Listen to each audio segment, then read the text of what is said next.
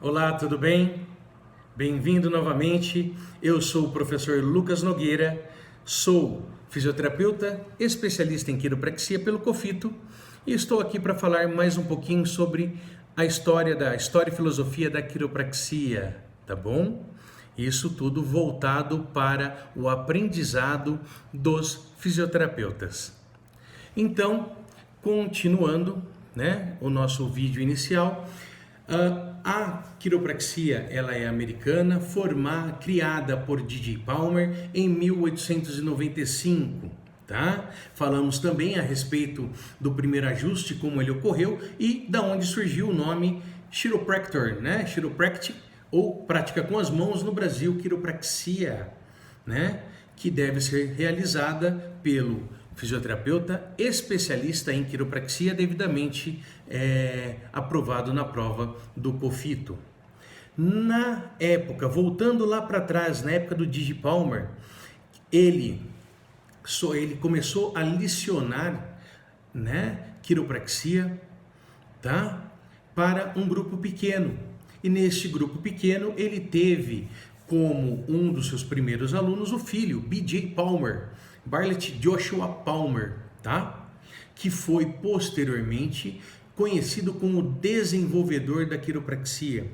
Então, D.J. Palmer era o criador e o desenvolvedor das principais técnicas utilizadas em quiropraxia até hoje é o B.J. Palmer.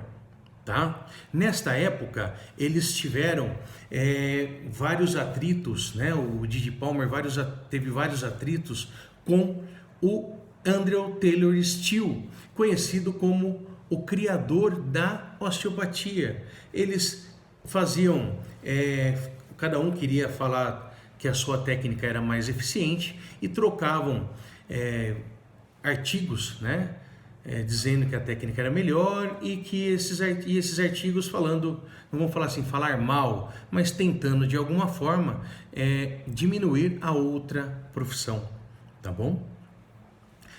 E o que acontece? Em 1906, o D.J. Palmer ele foi preso, acusado do exercício ilegal da quiropraxia. Quer dizer, desculpa, ele é o exercício ilegal da medicina por fazer quiropraxia. Agora está correto, tá? Por quê? Porque, imagina uma pessoa que chega num consultório, você faz as correções necessárias e a pessoa sai sem dor. Então ele foi processado pelo exercício ilegal. Só que ele preferiu cumprir a sentença dele, tá? E provar que o que ele fazia se chamava quiropraxia e não osteopatia nem medicina, tá? E que ele não se utilizava de medicações e não fazia nenhum tipo de incisão, de cirurgia, ou não furava de maneira nenhuma os seus pacientes. Desta forma, após cumprir esse período que ele ficou na cadeia, ele aproveitou para estar evoluindo suas ideias dentro da quiropraxia, tá? E ele voltou a trabalhar com quiro. Porém, por conta de todos os gastos que ele teve, todos os trâmites legais, que não são baratos, ele foi obrigado a vender a sua parte para o filho B.J., Então, B.J. Palmer, em 1906, ele assume a Escola Palmer. Lembra que eu falei no começo que ele foi o desenvolvedor? E a partir daí, ele passa a desenvolver a quiropraxia em muitas técnicas como Holy One, que nós vemos até hoje, tá bom? Em 1907, o D.J. Palmer ele mudou para Oklahoma e após esse período ainda data-se, ele foi para Portland também em 1909, então fala-se que ele ajudou a criar mais 4 faculdades de quiropraxia na época. Ele também, quando ele voltou para Denver, ele voltou para Palmer, tá? Para trabalhar junto com o filho, e eles escreveram o The Chiropractor Adjuster, né? Então, o livro Ajuste Quiroprático, certo? Este livro, ele é uma compilação, o primeiro deles, né? Que a gente vai ter os Green Books, né? Que são 33 livros de quiropraxia, utilizados, escritos na Palmers, até 1940, mais ou menos, de 1906 a 1940, tá bom? E ele passou a estar junto com o filho escrevendo. Então ele contava para o filho toda essa evolução que teve e o filho transcrevia isso para o papel. Nesse momento, eles tinham uma formação dentro da Palmer que era de 18 meses, mas já existiam outras escolas, como a Logan University, que já eram com uma formação de 4 anos. A partir desse momento, então, o Didi Palmer, ele introduziu conceitos filosóficos, tá, à prática da quiropraxia, certo? A quiropraxia, ela é técnica, arte e filosofia, ciência e filosofia. Então ela é arte, ciência e filosofia, tá? Esses são os principais pilares para a quiropraxia, tá? Ele era, o Didi Palmer, uma pessoa que adorava parada, ele gostava de desfiles e ele acabou se ferindo num desses desfiles, tá? Onde ele foi atropelado por um carro que coincidentemente era o BJ que estava dirigindo. Ele ficou muitos meses acamado, tá? E acabou morrendo em 1913 de febre tifoide. E a partir daquele momento, o Bartlett, né, o BJ, passa a ter o domínio total da escola, né, da Palmer School, e a partir daí ele começa a traçar novos rumos para a quiropraxia, tá? Ele era um praticante de hipnose, ele estudou, como a gente comentou, ele estudou com o pai, ele tinha 18 anos apenas, tá? Ele tomou a frente da escola em 1906 com 22 anos, e junto com a Minora Palmer, que era a esposa dele, eles viajavam o mundo em busca de novas técnicas e novos estudos e também a divulgação daquilo que eles faziam. Ele contribuiu decisivamente, né? Ele de uma forma decisiva para que fosse aceito a quiropraxia entre os legisladores da época. Por quê? Porque como o Didi Palmer, outros quiropraxistas vinham sofrendo retaliações e processos pelo exercício ilegal da profissão. E aí ele viu que um único quiropraxista trabalhando sozinho, ele não consegue brigar. Porém, uma união desses quiropraxistas, eles vão ter muito mais força. Foi aí que ele criou a ACA, American Association of Chiropractic. Então, a primeira associação de quiropraxia que se tem notícia do mundo, tá? E tornou a quiropraxia popular por 50 anos, vindo a falecer em 1961. Uma das técnicas que ele desenvolveu foi o high-low, né? Que é a técnica de ajuste em cervical alta, tá? Onde ele preconizava que outras subluxações do corpo não teriam tanta importância. Subluxação que seria para eles? A subluxação, ela é uma alteração de um segmento ou de uma vértebra em relação ao segmento acima ou abaixo daquele ponto, tá? Por uma interferência que pode ser física, química ou emocional. Ou nos dias de hoje nós vemos que tem as três, tá bom? Então a partir daí se dá a subluxação. E ele preconizava que o ajuste de primeira e segunda cervical não as outras, corrigindo essa região, as outras não teriam tanta importância. E essa técnica foi extremamente difundida e até hoje ela é estudada. Antigamente eles usavam essa técnica manualmente. Com a evolução e junto com a conversa, numa conversa com um dos alunos que foi engenheiro da John Deere, que é o Thompson, né? Ele criou o drop. O drop ele foi criado especificamente a pedido do BJ para se usar na cervical alta. Só que o Thompson viu que era interessante também fazer uma maca de drop, onde ele teria outros drops também para outros ajustes, para que isto fizesse com que facilitasse, vamos dizer assim, para o quiropraxista e fosse mais confortável para o paciente.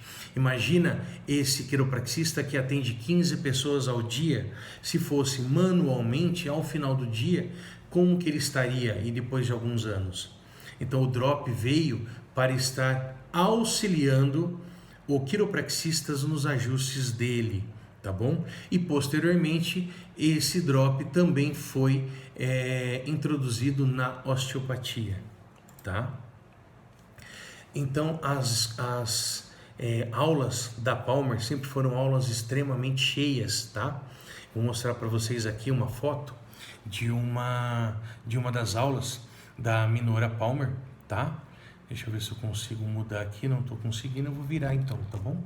Então, essa daqui era uma aula de anatomia da Minora Palmer, certo?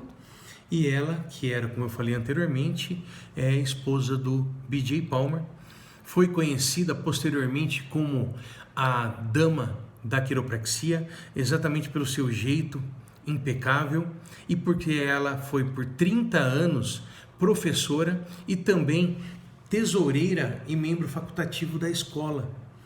Ao final, após a sua morte, ela teve o seu busto colocado junto com o do sogro, com o do marido, do BJ, e com o do filho, o David Daniel Palmer, ou D.D. Palmer, que foi conhecido como quem? Como o desenvolvedor, o educador, né?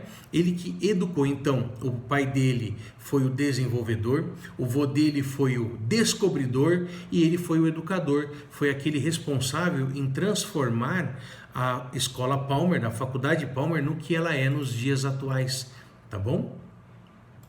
E a partir daí, ele vem trazendo todas essas mudanças, consolidando cada vez mais a quiropraxia e o nome Palmer. Nessa época já existiam outras escolas, como a Parker University, a Logan University, como eu falei anteriormente, tá?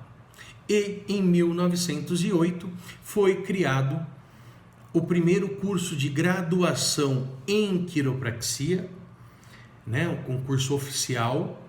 Esse curso era regulamentado e reconhecido lá pela Palmer, aqui no Brasil. Até então existiam cursos de estalo, vamos dizer dessa forma, tá? Só que esse curso em 1998 veio para mudar isso, tá bom? Atualmente o Brasil ele possui dois profissionais que trabalham com a quiropraxia. Legalmente, quem trabalha com a quiropraxia é o fisioterapeuta especialista em quiro. Porém, já existem duas faculdades de quiropraxia, uma que fica na Anhembi Morumbi, em São Paulo, e a outra na Fevale, lá em Novo Hamburgo, onde teve aquele primeiro curso de pós-graduação da Palmer, tá? Então, eles podem trabalhar, mas legalmente ainda no Brasil é uma especialidade da fisioterapia, tá bom? Então nós trabalhamos com o que? Nós trabalhamos com várias técnicas além da mão, trabalhamos com o uso dos ativadores, uso das macas de drop, tá? Então não é só mão. Então a quiropraxia hoje ela é feita no Brasil da mesma forma que nos Estados Unidos. Então aquele que faz a formação completa em quiropraxia, Se o paciente dele fizer quiropraxia com ele amanhã e posteriormente ele for para os Estados Unidos e fizer quiropraxia lá, ele vai ver grandes semelhanças na maneira de estar atuando, ou mesmo com os que a gente chama de os graduados em quiropraxia no Brasil, tá? Ah, mas e o estalo? O estalo nada mais é que uma liberação de gás durante um movimento rápido e preciso. Como assim? Vamos usar o exemplo, por exemplo, de uma garrafa de cerveja, tá bom? Então você vai pegar essa garrafa de cerveja, colocar um abridor e abrir lentamente esta garrafa. Você vai ver que vai sair o gás, né? Vai fazer o barulhinho tss, e sair esse gás, tá bom? Porém, se você abrir esta garrafa de uma única vez forte, pum, você vai escutar um estalo, né? Que é o que? A saída do gás e a entrada do, seria o gás carbônico e a entrada do oxigênio naquele mesmo espaço. Essa entrada e pela rapidez faz com que gere o estalido, tá bom? E no nosso corpo é mais ou menos a mesma coisa, a única diferença é que não entra oxigênio, e sim a rapidez com que é feito esse estalo, né? Esse movimento.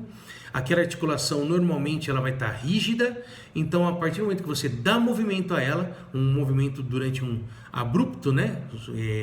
Rápido, ele faz o que? Ele faz com que aquele líquido formado em sua maioria, né, o líquido sinovial da articulação, que formado em sua maioria possui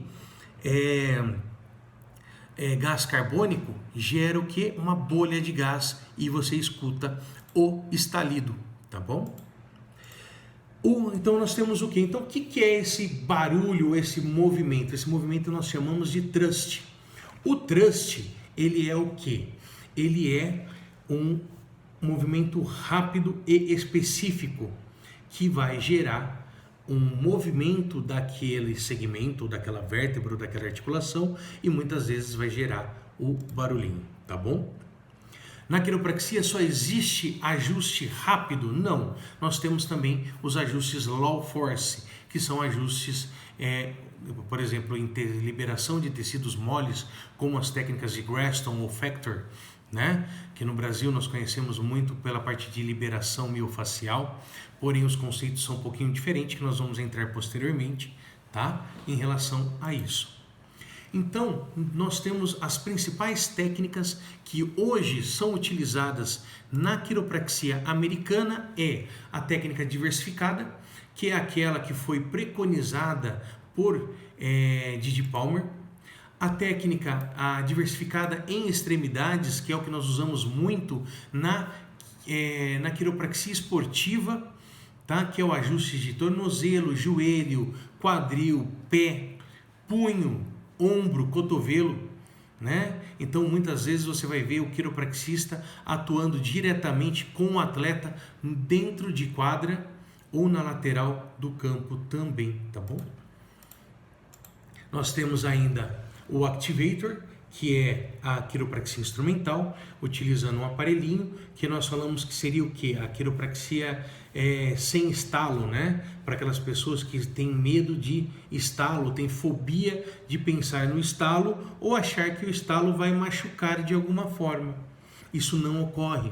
Por quê? Porque o ajuste quiropráxico, ele é indolor, extremamente eficaz e sutil, pela rapidez com que ele é feita.